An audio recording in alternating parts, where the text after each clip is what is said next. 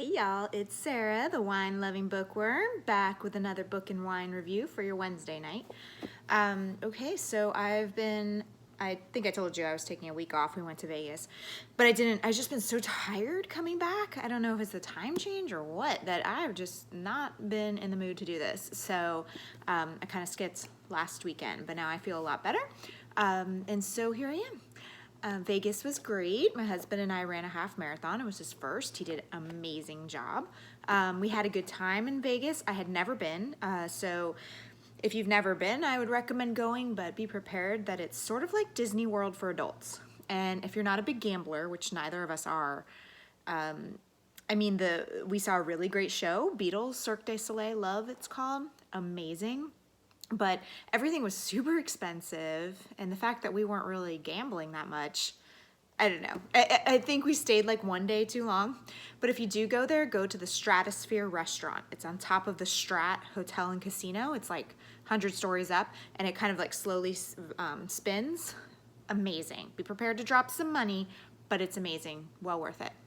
And happy Thanksgiving, guys. It's tomorrow. I'm so excited to eat some turkey and have a couple days off with my family. So anyway, let's jump into the book and the wine first. I've been doing a lot of red wine lately, I realized. Sorry, I'm like shaking this thing like crazy. So I thought I'd go with a Pinot Gris today. It's Hess Select, California. 2018, if that matters. I have no idea how much this was. Maybe like 10 bucks or something. Cheap, I'm sure. And I just had to wait to open it because it's my favorite. Ooh, twist off. Man, everything should be twist off. So let's give it a pour. I forgot to put it in the refrigerator, so it was still a little warm, so I threw some ice cubes in there. Cheers.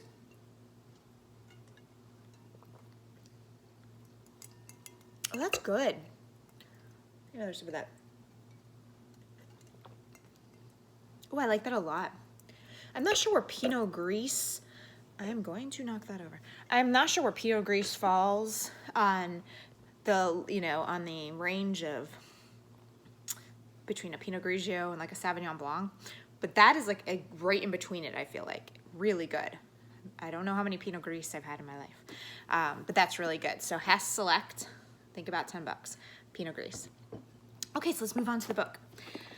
I read Virgil Wander by Leif Enger. This was my book club book. Would never have picked this up. Probably would not have picked this up, I should say. But I'm so happy I did. It was such a good book. So let's start with the author, Leif Enger. You might have heard about him before. I'd heard about the book he wrote before, but I didn't know him like by name. He wrote Peace Like a River. A lot of critical acclaim. He wrote that a while back. And that I've actually heard of that one, but I didn't associate it with his name at first, but he wrote that one. He lives in Minnesota, and his books take place, this at least took place in Minnesota. I think a lot of his books take place in the upper Midwest, and which led me to think, like, if I wrote a book, would I put it in Florida? Like, would I have the setting as Florida? Because that's where I live. And I don't think I would. Like, when I think about writing a book or I come up with little ideas, it's always somewhere else because I love, I love Oregon and Vermont and all that stuff. So, I think I would put it somewhere else than Florida, but, you're supposed to write about what you know, so I don't know. Just something to think about. All right, so this book takes place in Minnesota, like I say, and it's gloomy, cold Greenstone, Minnesota.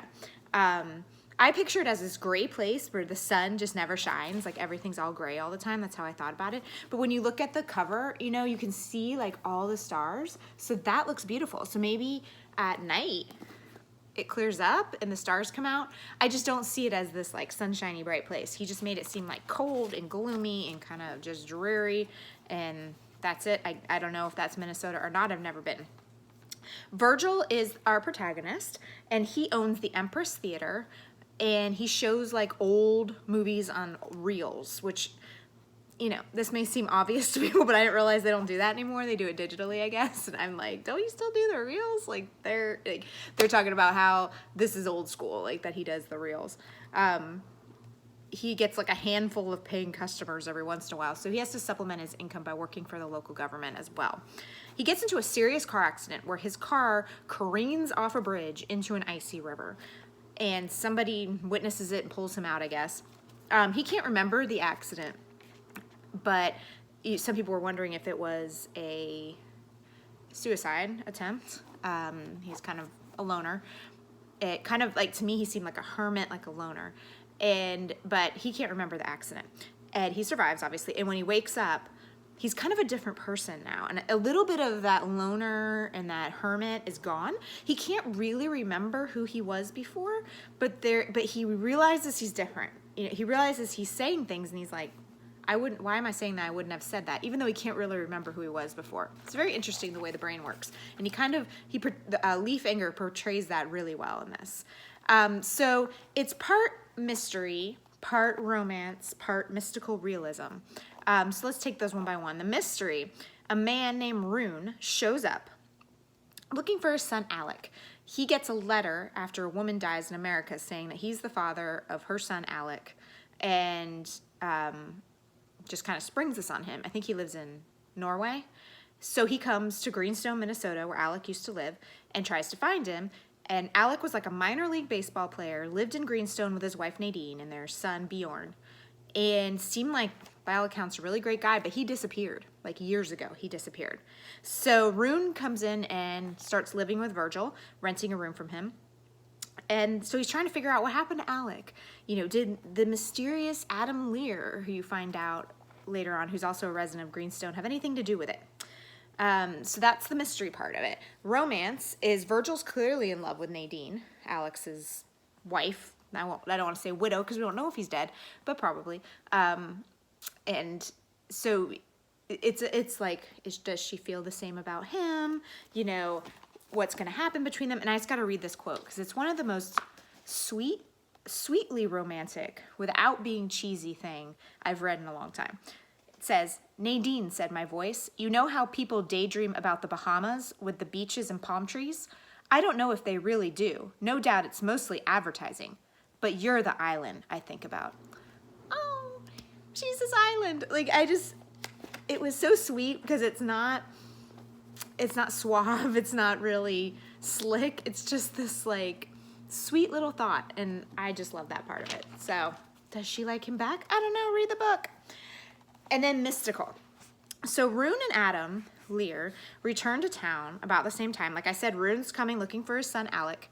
Adam has been a resident on and off. He kind of goes away and comes back, but he's this like weird dude everybody's a little uncomfortable around. They describe his childhood as basically like he's Damien child, like from The Omen. He's a very unsettling character, to say the least. And Rune just exudes this goodness. He's a kite maker, and he makes these kites that everything he does, every kite he makes is like it shouldn't be flying, like a car or a bicycle. And they seem to get progressively more like they shouldn't be flying. Like at the end, he makes a kite that looks like an anvil, obviously shouldn't be in the air. So this weird juxtaposition with that, almost like he's magical. And he just has this kindness and this goodness, whereas Adam is this like recluse everybody thinks is kind of evil. So is this a supernatural? Are they kind of supernatural? Is there a reason they came back to town at the same time?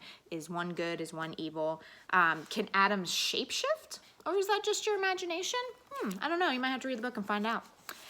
Okay, so this is a book you have to kind of settle into, all right? Don't give up on it in the first couple of chapters. A lot of people said they weren't drawn into it right away. I can see where that happens, but I was kind of drawn into it right away. I love this book. So it may take a few chapters to hook you, but when it does, it's going to hook you. It's much more character-driven than plot-driven. So if you're looking for some kind of like Agatha Christie mystery or something that moves really fast, an adventure, this isn't it, okay? This is focusing on characters. This is reminiscent of like The Corrections by Jonathan Franzen, but less dysfunctional, or maybe Dinner at the Homesick Restaurant by Ann Tyler, which he actually mentions at the back of the book as a book that's similar. So we're talking about character development here. We're talking about very rich, defined characters, which I loved. So, yeah. So that's what you're getting into here. So sometimes it can take you a little bit to get into that. You got to kind of settle into the book. You got to settle into Greenstone, okay? And then you're going to love it. You're going to love these characters. So, and again, this is my book club book. And before we went to Vegas, no, after I went to Vegas, right? Yes, it was after I came back from Vegas. Gosh, time's running together. I went to book club and everybody loved it. One of the women, Lordy, women said that Virgil was in Greek mythology, he was a wanderer. So it's kind of interesting. His name is Virgil Wander. And it's, I just did a quick Google search of that. I couldn't confirm that, but that's what she said. Makes sense. And it's the wander part, he doesn't wander. He stays right in Greenstone, but it's almost like he's wandering around his personality and where he's trying to be in his life within this small, tiny little town. So that, you know, that's interesting too.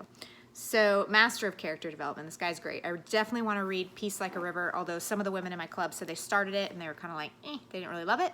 But it's on my list of Book Street. So, Virgil Wander by Leif Enger.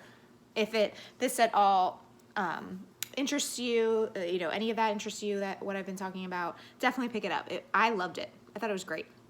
Page turner. Maybe I wouldn't say it's a page turner, but you're going to love it. Like, once you get into this town and into these characters, you're going to love it. Okay, so what I'm reading right now is Little Fires Everywhere by Celeste. And, okay, so, true story. Right before I did this, I Googled how to pronounce NG. Well, I still don't really get how to pronounce it. So, please illuminate me better. It's like, they say, it's like saying thing, but without the THI. So, think, ng. Like, is that Celeste ng? That's very difficult to say, but, you know, kudos for a cool name. I know a lot of people have already read this. A lot of people love this book. It's a Reese Witherspoon book club. I am a little under halfway through it. I really like it so far. There's definitely a mystery here. It's definitely a page turner, trying to figure out what happens. So that's going to be my book for next week. I will be back on Sunday to review this book. So I'm not going to, you know, take like 2 weeks off again. We'll be back on Sunday. And hopefully, with the coming of the new year, I'm going to have a little bit better setup, a little bit better production value, maybe start a website. I'm not sure. I'm toying with some ideas because I really love doing this. Even if I don't get a ton of views or people subscribing to my channel, I really love doing this and sharing books with everybody because it's just a passion of mine. So yes, with that in mind, please subscribe to my YouTube channel and follow me on Instagram, Wine Loving Bookworm. And that's it for me tonight. Until next week, we'll take another sip of this Pinot Gris, Hess Pinot Gris. Great. That's yummy. All right, guys, you have a wonderful Thanksgiving, and I'll see you on Sunday. Cheers.